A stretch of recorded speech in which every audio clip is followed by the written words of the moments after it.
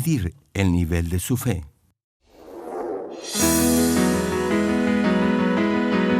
Y salió el varón hacia el oriente, llevando un cordel en su mano, y midió 1000 codos, y me hizo pasar por las aguas hasta los tobillos.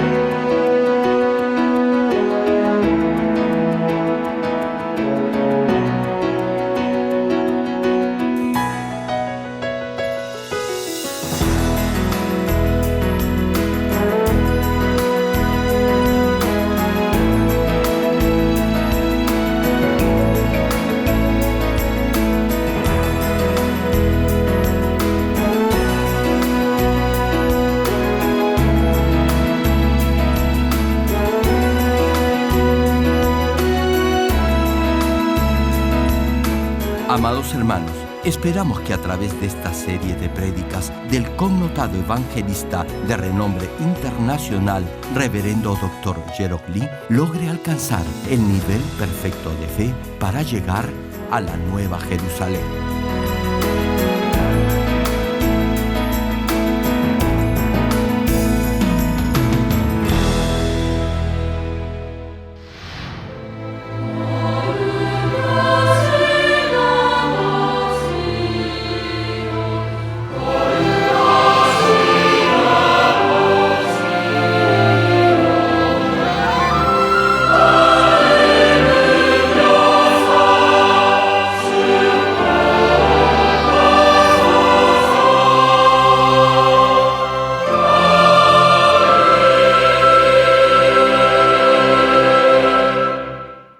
El pasaje bíblico de hoy, Ezequiel capítulo 47, versículos 1 al 5.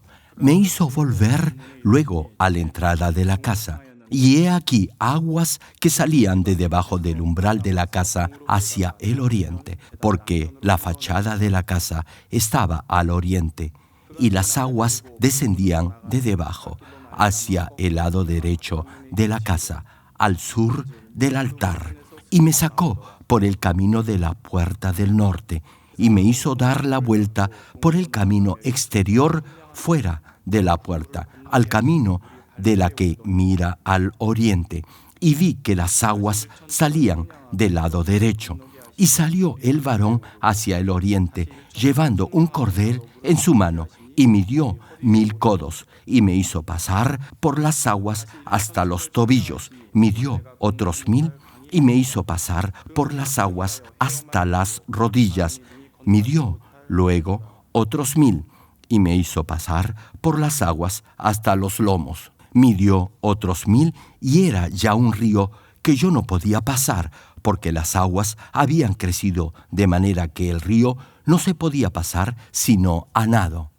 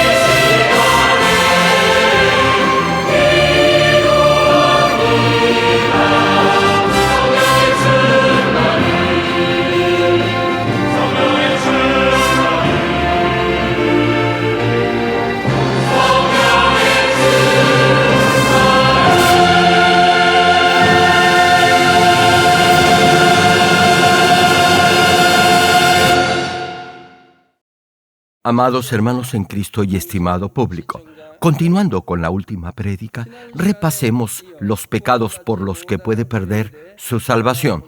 En Mateo capítulo 22, a partir del versículo 2, el Señor explica el reino de los cielos a través de una parábola.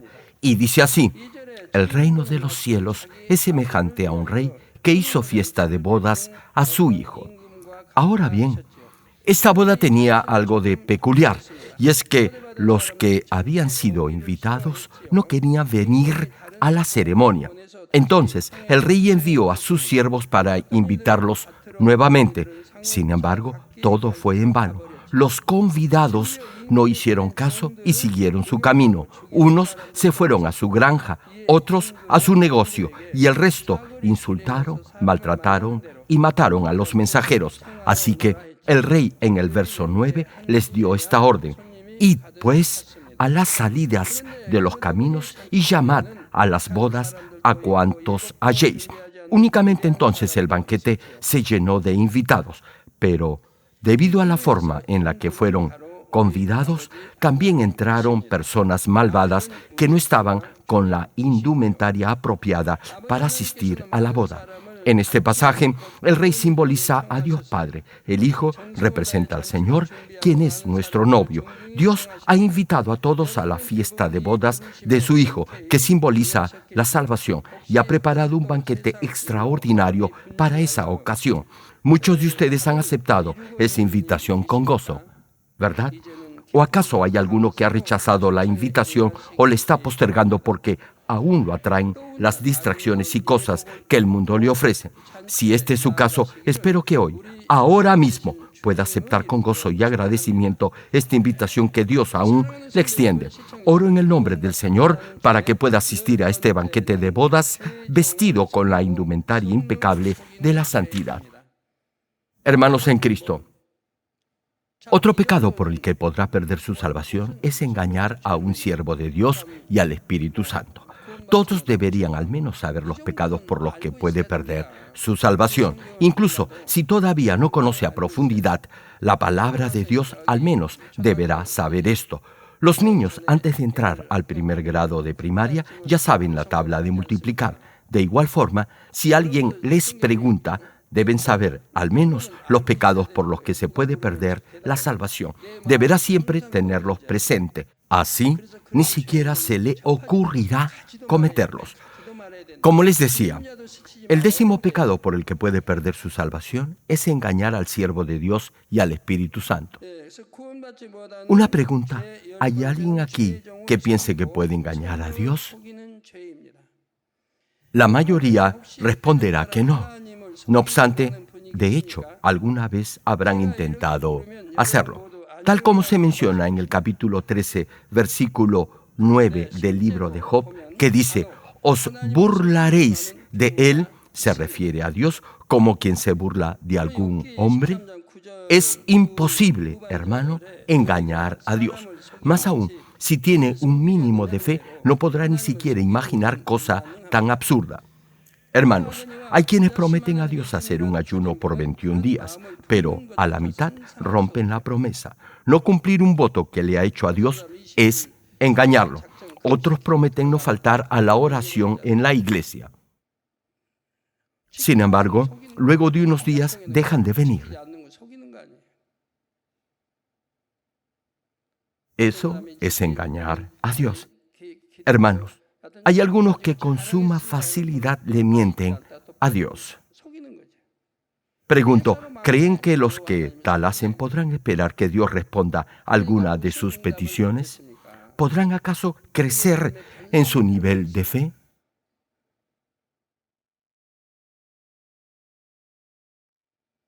Incluso pensar en mentirle a Dios es ya de por sí algo vergonzoso. Hoy hablaremos de otro pecado por el que puede perder su salvación, y es, repito, engañar al Espíritu Santo cuando le miente al siervo de Dios. Es lo mismo que mentirle a Dios. Apocalipsis capítulo 21, versículo 8, subraya lo siguiente: y todos los mentirosos tendrán su parte en el lago que arde con fuego y azufre, que es la muerte segunda. Repito, todos los mentirosos irán al lago que arde con fuego y azufre. No solo irán al lago de fuego, sino al lago de fuego y azufre. En otras palabras, irán al cuarto nivel de tormento en el Hades inferior, y luego del juicio del gran trono blanco serán echados a la parte más profunda del infierno, es decir, al lago de fuego y azufre. Por eso deben comprender que intentar engañar a Dios es un pecado muy grave. Si mentirle a otros le puede causar graves consecuencias, ¿se imaginan lo serio que será intentar engañar a Dios? Será como decir que no cree en Dios, que no cree que Dios pueda ver el interior del corazón del ser humano. En pocas palabras, es decir, que no tiene fe, ni siquiera fe del tamaño de un grano de mostaza. Si la tuviera, no se atrevería a mentirle a Dios. Además, como ya dijimos en la prédica pasada, oponerse a un siervo de Dios es lo mismo que ir contra el mismo Dios. De igual manera, engañar a un siervo de Dios es lo mismo que mentirle al Espíritu Santo o engañar a Dios mismo. Cuando digo un siervo de Dios, me refiero a todo consiervo que muestra evidencias del poder de Dios en su ministerio. Hay muchos siervos ungidos de Dios, miles en el mundo entero. Este versículo no se refiere a esos pastores que manifiestan el poder de Dios. Sin embargo, hay otros que solo buscan vivir del ministerio. Hay muchos engañadores. No obstante, repito, mentirle a un siervo ungido por Dios es lo mismo que mentirle a Dios. La evidencia que prueba que un siervo es de Dios es el poder de Dios que manifiesta. Es la autoridad delegada por Dios mismo. En la Biblia vemos que los apóstoles y profetas de Dios manifestaban señales y prodigios de ese poder divino. Por ejemplo, Marcos capítulo 16, versículo 20 narra este episodio. Y ellos, saliendo, predicaron en todas partes. Es decir, los 12 discípulos del Señor salieron a predicar por todas partes. Continúa el pasaje, ayudándoles el Señor y confirmando la palabra con las señales que la seguían. Desde luego, otros discípulos también salieron a predicar el Evangelio, manifestando estas señales milagrosas y demostrando que el Señor estaba con ellos.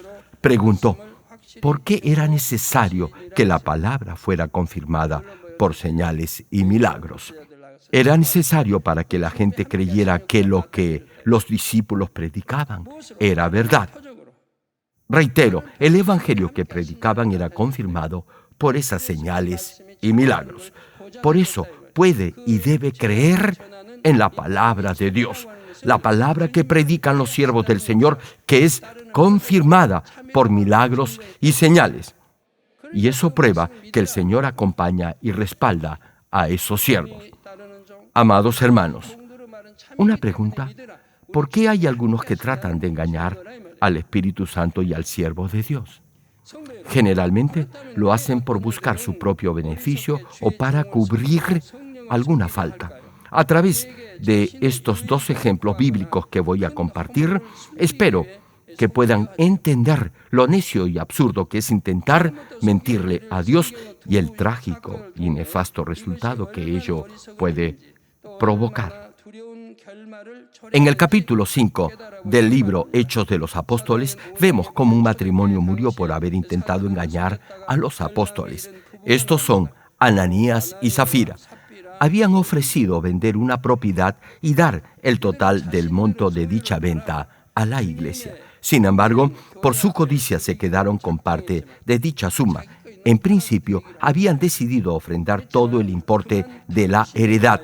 No obstante, al ver el dinero, la codicia afloró y pensaron que era demasiado dinero para ofrecérselo a Dios y a los apóstoles. Así que decidieron quedarse con un porcentaje del monto total y dar el resto a Dios.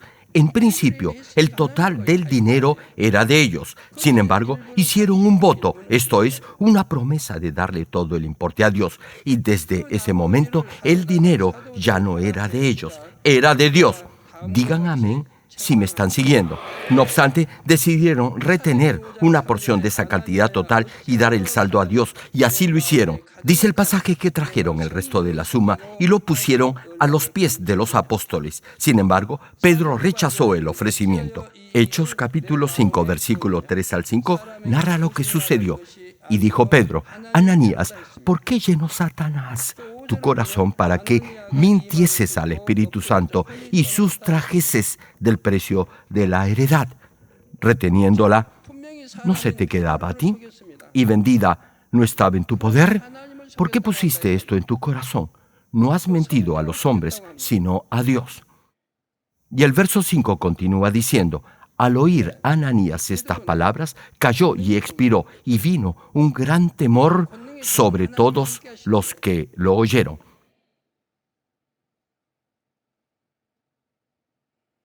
Hermanos, ellos le habían mentido a Pedro, un hombre, pero el apóstol les dijo que habían mentido a Dios y habían engañado al Espíritu Santo. ¿Saben por qué les dijo eso? Porque Pedro era un siervo ungido con el poder de Dios, y Dios estaba con él. El Señor obraba milagros extraordinarios a través de Pedro. Pedro era uno con el Espíritu Santo. Por eso el apóstol recalcó que le habían mentido al Espíritu Santo y a Dios. Como Dios estaba con Pedro, podía manifestar señales y milagros del poder de Dios. Si Dios no hubiese estado con el apóstol, Pedro no hubiese podido manifestar esas señales. Safira, la esposa de Ananías, vino también ante el apóstol y al igual que su esposo le mintió a Pedro y, dice la Escritura, que cayó al suelo y también expiró. Cuando el pasaje señala que expiraron, eso significa que no fueron salvos. Si hubiese dicho que entregaron su espíritu, eso daba a entender que fueron salvos. No obstante, al decir que exhalaron su espíritu, significa que fueron al infierno. Hermanos, si Ananías y Safira se hubiesen podido defender, hubieran alegado que le estaban mintiendo solo a un apóstol. Sin embargo, en un sentido espiritual, tal como Pedro dijo, Satanás había entrado en su corazón. Satanás los había tentado incitándolos a mentir al siervo de Dios y codiciando lo ajeno. Hermano, Satanás es quien lo incita a mentir y a engañar al siervo de Dios. La codicia también es otra obra de la carne por la que puede perder su salvación. No hay uno solo en la Biblia que haya tenido codicia y deseos por las cosas del mundo que haya sido salvo. Por eso debe ser muy cuidadoso con eso. Así que, en un sentido espiritual, tal cual lo dijo Pedro, Satanás había entrado en el corazón de ellos. Satanás incitó a Ananías y a Safira a mentirle al apóstol y puso en su corazón codiciar lo ajeno. Pedro, reitero, era un apóstol ungido por Dios y el Espíritu Santo obraba a través de él. Y fue precisamente por esa comunión que tenía con el Espíritu Santo que supo inmediatamente que Ananías y Safira le iban a mentir. Un siervo que manifiesta el poder de Dios también manifiesta el obrar del Espíritu Santo. ¿O acaso cree que el ser humano por sí mismo podría hacer esos milagros? ¡Claro que no! Solo Dios puede hacer esas señales y prodigios. Ningún hombre las podría hacer por sí mismo.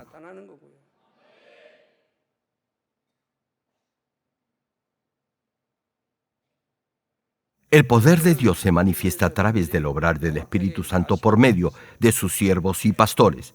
El poder de Dios es el que hace las señales y prodigios. Todos deben saber esto.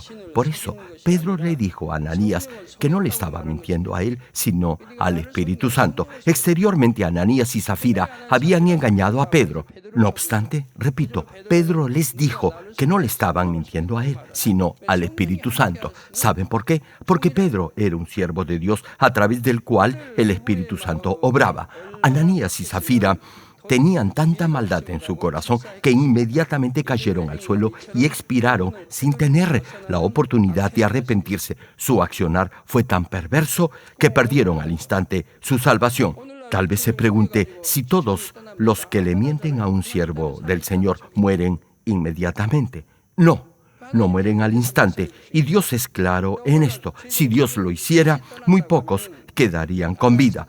Lo que Dios hace a través de este episodio es advertirnos de la gravedad de este pecado de mentirle a un siervo de Dios. Hermano, Dios lo exhorta a no cometer este pecado. Sin embargo, le dará una última oportunidad para arrepentirse. Ahora bien, Dios no le dio esa última oportunidad a Ananías y Zafira porque ya se las había dado antes. Y no una, sino varias veces. No obstante, dejó esta historia en su palabra para prevenirnos, como una advertencia. Así que, hermano, ya lo sabe, no le mienta ni trate de engañar al siervo de Dios. Dios no se lleva a esos engañadores o mentirosos inmediatamente porque les da otra oportunidad para que se arrepientan al escuchar las prédicas de sus siervos o al leer la Biblia. Hermano, debe saber que no solo la codicia, sino también engañar al siervo de Dios es un grave pecado.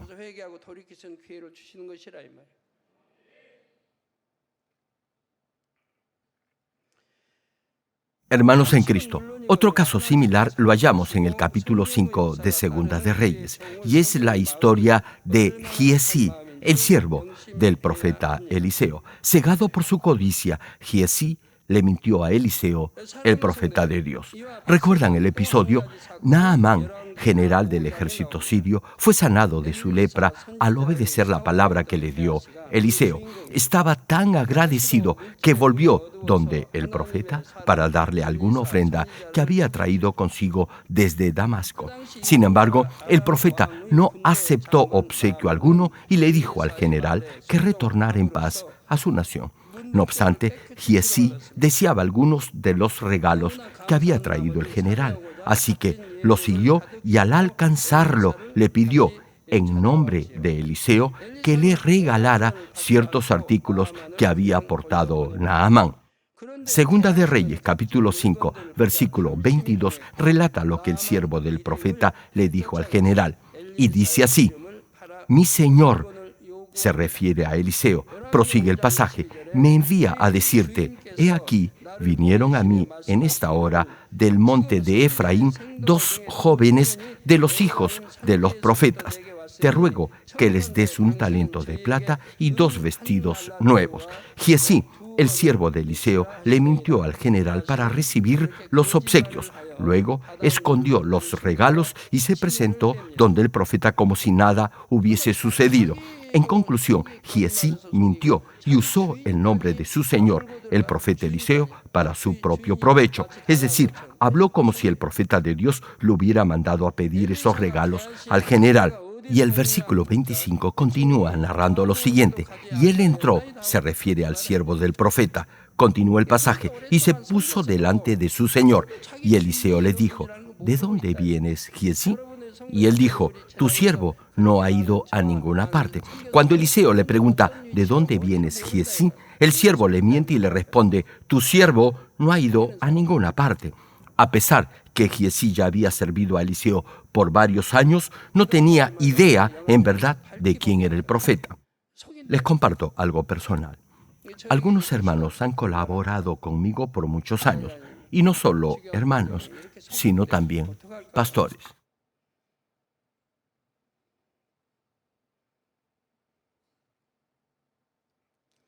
Sin embargo, algunos han tratado de engañarme. Y Dios me lo ha revelado. Y me pregunto, ¿qué debo hacer entonces? ¿Los debo confrontar diciéndoles que son unos mentirosos? Pero no puedo hacer eso, al menos no en forma tan directa. Les puedo llamar la atención de forma general desde este púlpito a través de una prédica o enseñanza para que se arrepientan y se corrijan. Hay una razón por la que no reprendo de esa forma tan fuerte. Hace un tiempo, un pastor me dijo que iba a ayunar por 21 días.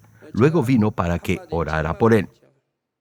En ese momento lo increpé porque había mentido a Dios y a mí en cuanto al ayuno. No había cumplido su promesa de ayunar los 21 días. Poco tiempo después, ese pastor falleció. Y su esposa me confirmó que él continuamente le había mentido a Dios y a mí. por ese trágico acontecimiento, ahora ya no reprendo ni amonesto fuertemente a alguien más. Hermano, si Pedro no hubiera reprendido tan duramente a Ananías y Zafira, ellos no hubieran muerto. Sin embargo, debido a la amonestación del apóstol, Dios no los perdonó. Hermano, Dios no se complace con los que, con pleno conocimiento de causa, le mienten al siervo de Dios. Hay algunos que en su ignorancia creen que engañan al pastor porque simplemente el siervo no los confronta con su mentira, pero no saben que el pastor no los desenmascara por amor.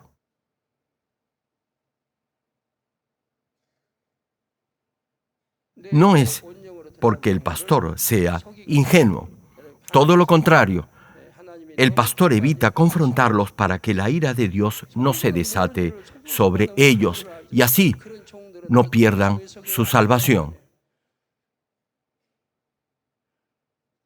Volviendo a Eliseo, el profeta incluso sabía la conversación que sostenía el rey de Siria con sus ministros para atacar a Israel.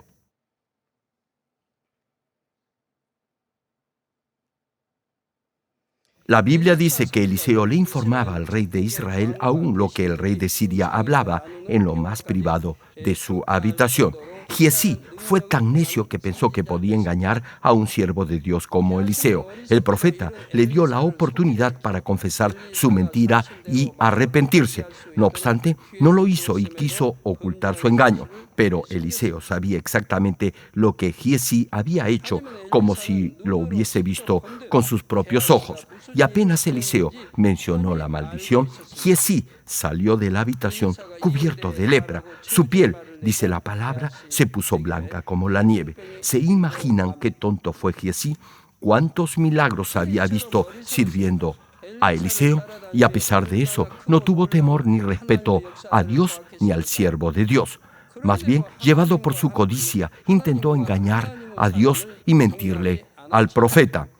Y producto de ello, cayó bajo maldición. Amados, los que en realidad temen a Dios no serán descuidados en nada tocante a Dios ni a la iglesia, tales como el uso de los utensilios, aparatos, útiles de oficina, etc. Ya les he mencionado que no debe usar algo de la iglesia con fines personales. Yo, como pastor principal de esta congregación, tengo ciertos derechos para usar cosas de propiedad de la iglesia, incluyendo fondos de la congregación. No obstante, desde su fundación jamás lo he hecho. Nunca he usado ni un solo dólar con fines personales. Hasta hoy jamás he tocado los recursos de la iglesia, nada de lo que le pertenece a Dios. A pesar que sé que Dios me lo permite, nunca lo he hecho. Y es que yo soy así.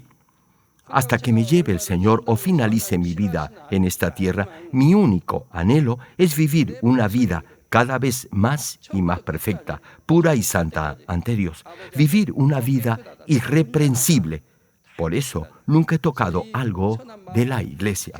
Cuando construí mi casa de oración, no usé ni un solo céntimo del dinero de la iglesia. Lo mismo fue cuando adquirí mi casa personal.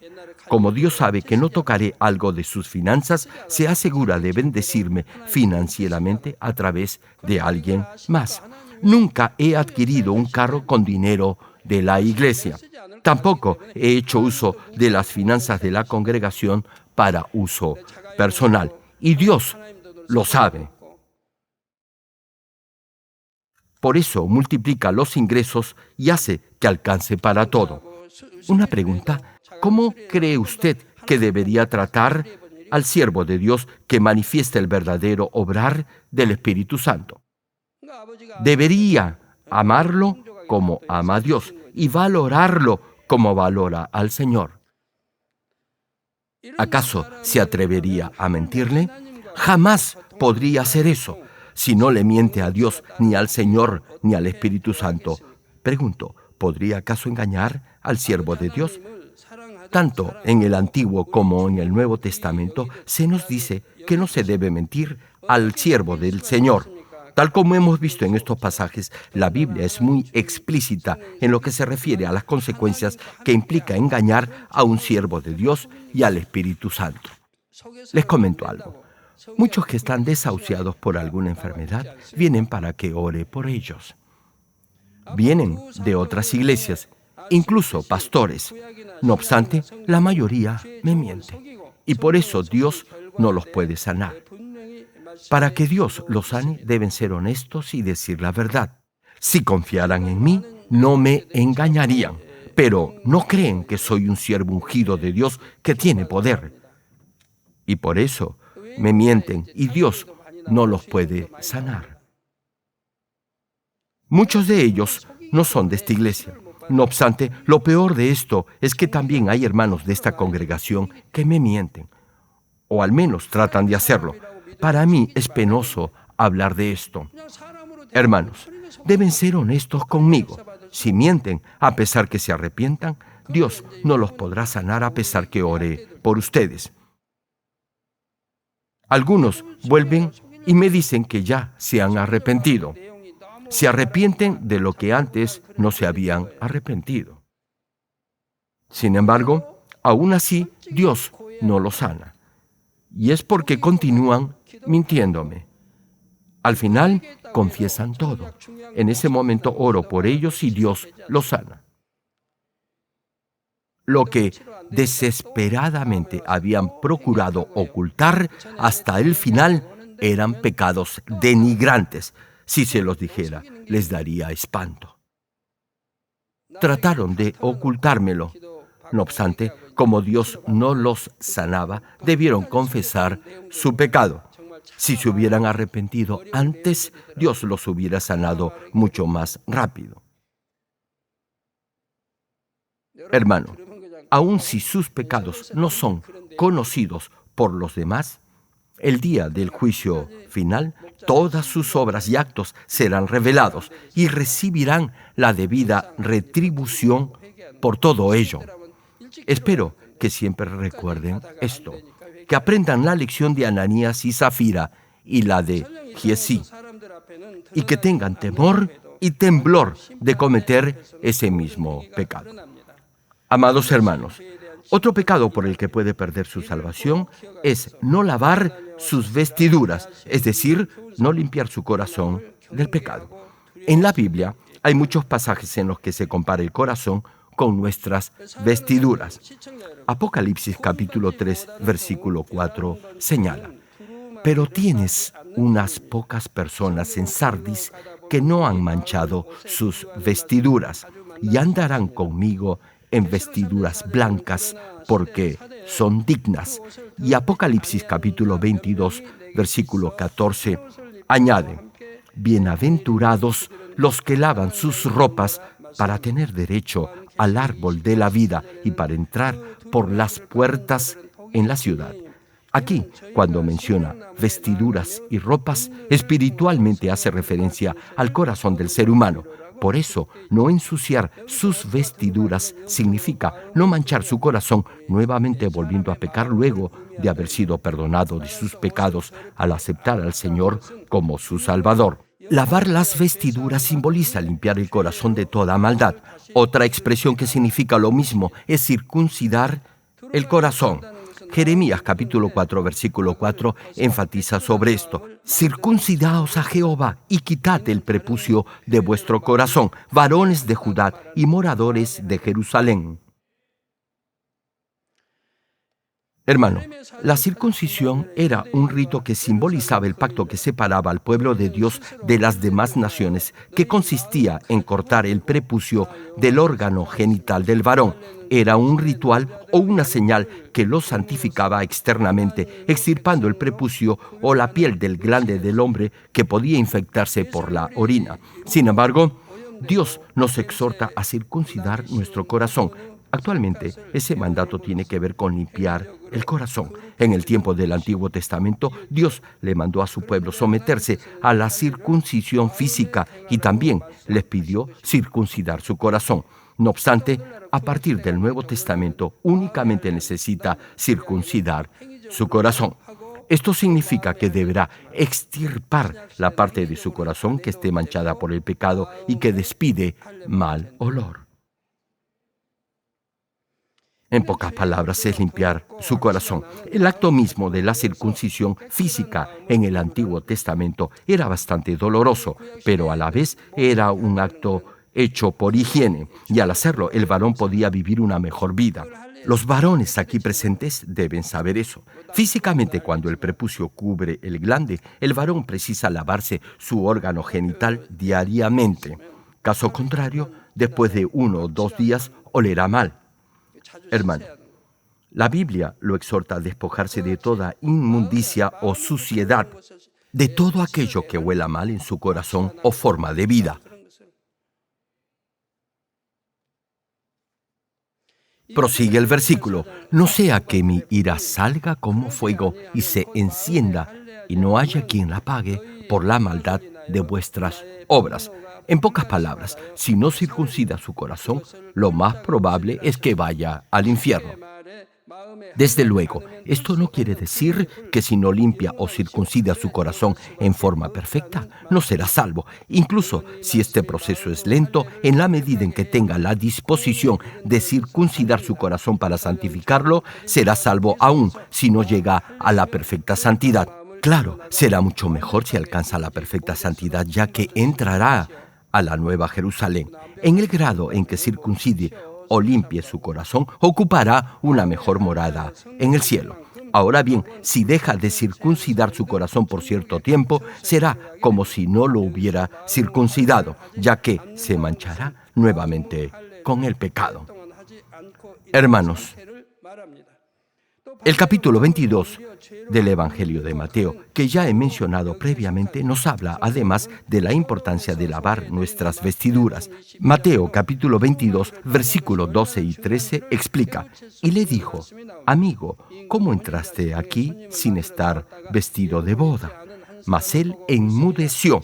Entonces el rey dijo a los que servían: atadle de pies y manos y echadle en las tinieblas de afuera. Allí será el lloro y el crujir de dientes.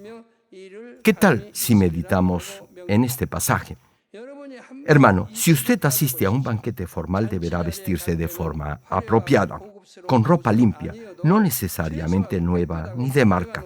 Cuando viene al culto de adoración el día domingo, eso será como asistir a un banquete o recepción que ofrece Dios Padre, un culto festivo. Y es a través de esa adoración que nos alegramos y honramos a Dios y al Señor. Nos santificamos por medio de la palabra, cantando alabanzas, dándole gloria al Padre Celestial y orando. Sin embargo, hay quienes vienen a este servicio con una vestimenta no adecuada, y no me refiero únicamente a la vestimenta exterior. Por ejemplo, y por favor no me malentienda, este es solo un ejemplo. En nuestra iglesia, la mayoría viene al culto de adoración el día domingo con su mejor vestimenta, la más limpia y presentable. Los que son miembros del coro o del grupo de danza no suben al estrado usando ropa casual. Vienen con su mejor ropa. En nuestro caso, los miembros del coro y de la danza usan túnicas o vestimentas especialmente confeccionadas por la iglesia para subir al estrado. Pregunto, si usted asiste a un banquete formal, se pondrá su mejor ropa. ¿Cuánto más, entonces, si viene a la fiesta o al banquete que ofrece Dios Padre el día domingo? Hermanos, cuando viene al culto los días domingos, la santidad igualmente se debe exteriorizar a través de su forma de vestir. Yo, particularmente, me pongo muy contento al ver a nuestros hermanos en general lo pulcros que vienen al servicio. Con esto, no quiero decir que se deben comprar ropa nueva cada domingo. No me malentienda, por favor. Sea varón o mujer, joven o adulto, debe guardar cierto respeto hacia Dios cuando venga al culto el día domingo. Y eso incluye su forma de vestir. Por ejemplo, aquí en Corea las hermanas usan el traje coreano tradicional llamado hanbok, el cual planchan con sumo cuidado para que quede impecable. Otras hermanas vienen con su mejor traje, sea de una u otra forma, vienen presentables. Y la mayoría de los hermanos vienen con terno o traje formal usando corbata. Eso es encomiable y Dios también se complacerá con usted. Y en eventos especiales usan vestimenta especial. La mayoría usa prendas de vestir de color blanco. Para venir al culto el día domingo deberá preparar su ropa con la debida anticipación. invitación. Deberá venir lo más pulcro posible. No se olvide que quien lo invita es el Rey de Reyes. Dios mismo lo está invitando.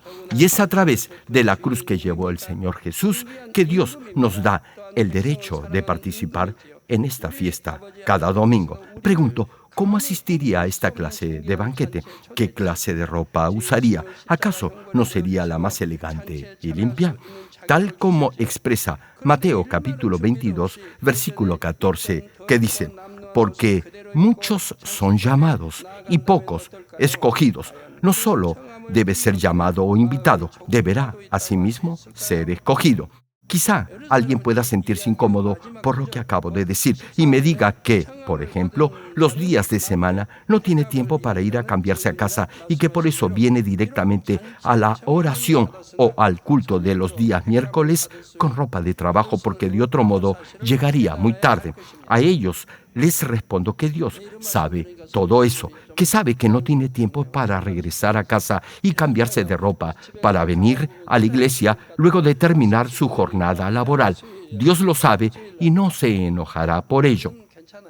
Ahora bien, hay esposas que son sabias y que preparan una muda limpia de ropa para sus esposos antes de entrar a la oración diaria o al culto de los miércoles. Cuando ya esté edificado el santuario de Canaán, tendremos suficientes vestidores para que los hermanos que deseen cambiarse de ropa lo puedan hacer de forma cómoda y ordenada. Tendremos tantos vestidores como sean necesarios. Así, todos los que deseen podrán cambiarse de ropa y asistir a la oración y al culto de los miércoles con ropa adecuada y limpia. Ahora bien, en esto quiero ser bien claro. Dios no condena a los que vienen con ropa de trabajo a orar. Como dice el versículo, no todos los que son llamados serán los escogidos para permanecer en el banquete. Hermanos en Cristo, hoy en día muchos viven una vida cristiana formal, religiosa, de apariencia o meramente cultural, sin entender lo importante que es circuncidar o limpiar el corazón. Se enfocan en lo externo, en los programas o el activismo, tales como la alabanza, la danza o la ayuda social, pero no priorizan la oración ni limpiar su corazón de toda forma de maldad. Hace algún tiempo, cuando me invitaban a cultos de avivamiento o evangelismo, me aseguraba siempre de predicar de la santidad, de lo que verdaderamente significa comer la carne y beber la sangre de nuestro Señor Jesucristo para tener vida eterna. A algunos pastores no les agradaba mis prédicas porque pensaban que los hermanos no las iban a aceptar y se iban a ir de la iglesia. Y me preguntaban el secreto del continuo crecimiento exponencial de esta congregación. Incluso me decían que les parecía imposible que los hermanos se quedaran en la iglesia a pesar de los mensajes que predico. Y yo les respondía con esta pregunta: ¿por qué se deberían ir si lo que yo predico los ayuda a desechar todo pecado, a dejar de pecar y es el camino más corto para ir al cielo? Todos esos pastores se sorprendían. Me decían que si predicaban estos mensajes en sus iglesias, ni el portero se quedaría aún pagándole. Lo patético de todo esto es que la situación hoy en día es aún peor. Por eso, el Evangelio de Santidad no es muy popular. No se predica de la santidad, menos se vive de acuerdo a ella. Imaginen si todos los pastores predicaran tal como yo lo hago. Muchos de los que vienen por primera vez no se quedarían en la iglesia, saldrían corriendo. Hermanos, en esta iglesia sugerimos que los varones se sienten separados de las damas. Pedimos a todos que vengan a los cultos limpios, bien vestidos y puntuales, entre otras cosas. Aquí no se viene a buscar novio ni novia. Se viene únicamente a adorar a Dios y a escuchar la palabra pura del Evangelio. Sin embargo, todo eso lo hacemos para que se honre a Dios. Es una muestra de su amor y respeto al Dios Supremo. Y es, al final, una evidencia que lo acreditará como hijo de Dios. Incluso cuando he ido a Israel, he compartido estas enseñanzas y los rabinos judíos las han aceptado y las están aplicando en su vida diaria. Y, ¿saben algo? Dios los está bendiciendo por esa obediencia. Hermano, todo lo que predicamos es bíblico. Está en la Biblia. Y si tiene alguna duda, vaya a la Biblia y verifique todo lo que digo. Ahora bien, yo no critico ni censuro a los que vienen a la iglesia en polo o en jean. Tan solo digo que más le complacería a Dios si vinieran con su mejor traje, vestido o terno y lo mejor arreglado posible. Les digo algo. Incluso pastores que estaban muy gordos han adelgazado para verse mejor. Algunos de ellos tenían una barriga tan prominente que ya no les cerraba el saco del terno o traje. Hermano, aun si exteriormente vive una vida religiosa, debe saber que si continúa pecando de acción o si persiste en tener malos sentimientos en su corazón, no será salvo. Y es que uno no es salvo por obras, sino por fe, es decir, por esa fe espiritual que viene del corazón. Una pregunta, ¿realmente creen? ¿Creen que el Señor llevó esa dolorosa cruz por sus pecados? Hermano, si cree esto de corazón, dejará de pecar. Y no solo dejará de pecar de obra, sino que además deseará extirpar toda raíz de pecado y de maldad de su corazón. Desde luego, hay quienes pueden decir que creen en el Señor, pero no se esfuerzan por limpiar su corazón del deseo que los induce a pecar. Sin embargo, si su fe no va acompañada de obras, no será verdadera fe.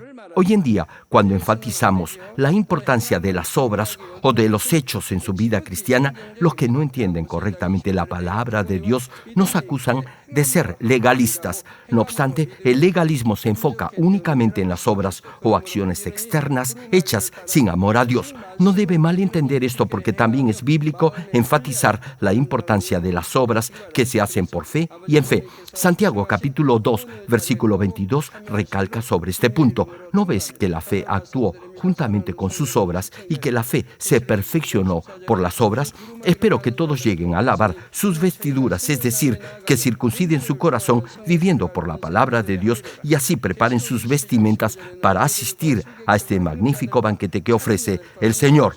Es mi más profundo anhelo que todos lleguen a participar de este gran banquete de salvación al cual Dios mismo los está invitando. Termino el mensaje, amados hermanos en Cristo. Apocalipsis capítulo 22, versículo 14 señala: bienaventurados los que lavan sus ropas para tener derecho al árbol de la vida y para entrar por las puertas de la ciudad. Sin embargo, el versículo 15 añade: mas los perros estarán fuera y los hechiceros, los fornicarios, los homicidas, los idólatras y todo aquel que ama y hace mentira. En otras palabras, no habrá salvación para esta última clase de personas. Todos ellos terminarán en el infierno. Ahora oremos todos juntos en voz alta meditando en el mensaje de hoy. Aleluya. Gracias, Padre, por tu amor. Haz que la palabra que hoy he compartido se haga fe y vida en cada uno de tus hijos. Padre, obra en cada uno de ellos y manifiéstate en forma personal en sus vidas. Hoy he compartido cómo deben vivir una recta vida de santidad en Cristo, amándote de todo corazón y andando en la luz de tu palabra. Ayuda a tus hijos a circuncidar sus corazones y limpiarlos de toda maldad. Gracias, Padre. He orado en el nombre de nuestro Señor Jesucristo. Amén.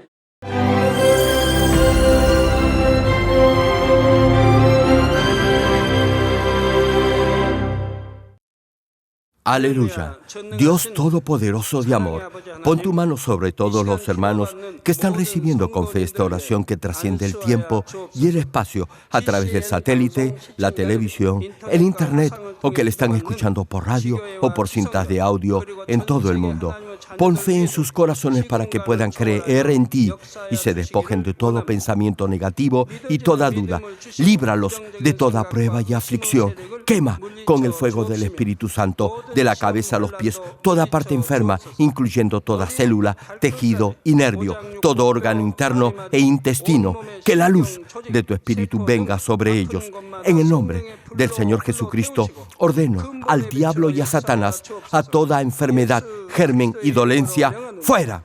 Quema con el fuego del Espíritu Santo toda enfermedad incurable y toda dolencia crónica. Que toda enfermedad contagiosa, resfriado y fiebre desaparezca. Protégelos de cualquier tipo de microbio, virus y bacteria. Sánalos de todo tipo de cáncer, incluyendo cáncer al estómago, a la próstata, al pulmón, al hígado, cáncer de mama, cáncer al útero, al intestino y toda otra enfermedad como el SIDA, leucemia, apoplejía cerebral, presión arterial alta y baja, enfermedades cardiovasculares y pulmonares, diabetes, enfermedades propias de la mujer, enfermedad a la tiroides y toda clase de inflamación. Quema con el fuego del Espíritu Santo toda polio, derrame cerebral, artritis y hernia, que todo tipo de dolor de espalda, de cabeza y toda clase de neuralgia desaparezca. Libéralos de toda epilepsia, autismo, depresión, neurosis y enfermedades mentales y de toda clase de parálisis. Que los cojos y tullidos se levanten y caminen. Restaura la vista y el oído. Que los ciegos abran sus ojos, los sordos vuelvan a oír y que los mudos empiecen a hablar. Libéralos de todo tipo de accidente, restaura los huesos fracturados, sana toda quemadura, libéralos de toda adicción a las drogas, regenera los nervios, tejidos y células muertas, revive a los muertos, bendice con hijos a los que no pueden concebir. En el nombre del Señor Jesucristo, ordeno al diablo y a Satanás, al príncipe de la potestad del aire y a toda fuerza del mal, ¡fuera! Todo espíritu maligno, inmundo, de engaño, espíritu de mentira, espíritu de división, de tentación y todo otro espíritu de iniquidad, ¡fuera! Ato a toda fuerza de la oscuridad y de maldad, y que la luz de tu espíritu descienda sobre ellos. Padre, fortalécelos para clamar en oración y dales poder para desechar todo pecado y vivir en santidad, que tengan salud, que sus almas prosperen y que sus familias sean evangelizadas y vengan al Señor. Protégelos de todo tipo de accidente y bendícelos para que tengan una vida de éxito y prosperen todo. Da a los estudiantes sabiduría y perseverancia y pon en sus corazones el anhelo de estudiar y progresar. Guarda sus corazones y pensamientos de todo lo mundano y siembra en ellos un ferviente amor por el Señor. Guarda y protege a todos tus hijos en sus hogares, trabajos y negocios con el fuego del Espíritu Santo. Bendícelos en su entrada y en su salida y en todo lugar a donde vayan, y bendícelos para que puedan prestar y nunca pedir prestado. Dale sabiduría y entendimiento y que sean llenos del Espíritu Santo. Da a todos los ministros la capacidad para llevar a cabo bien sus deberes y que haya también un gran avivamiento en cada iglesia. Manifiesta tus obras para que con toda confianza puedan testificar que Dios les ha respondido. Gracias, Padre, por haber escuchado nuestra oración. Toda la gloria sea para ti. He orado en el nombre de nuestro Señor Jesucristo. Amén. ¿Cómo puede medir el nivel de su fe?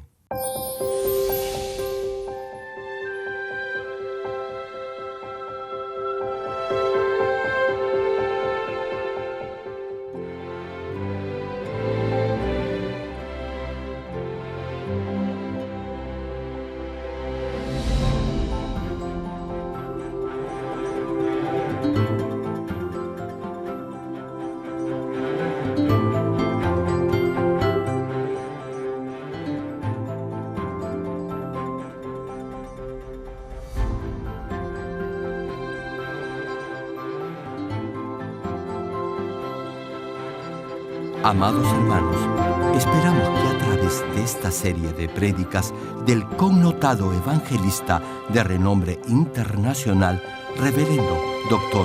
Gerald Lee, logre alcanzar el nivel perfecto de fe para llegar a la Nueva Jerusalén. Ahora meditemos en la voluntad de Dios leyendo el pasaje bíblico de hoy. Me hizo volver luego a la entrada de la casa, y he aquí aguas que salían de debajo del umbral de la casa hacia el oriente, porque la fachada de la casa estaba al oriente, y las aguas descendían de debajo hacia el lado derecho de la casa, al sur del altar. Y me sacó por el camino de la puerta del norte, y me hizo dar la vuelta por el camino exterior, fuera de la puerta, al camino de la que mira al oriente, y vi que las aguas salían del lado derecho.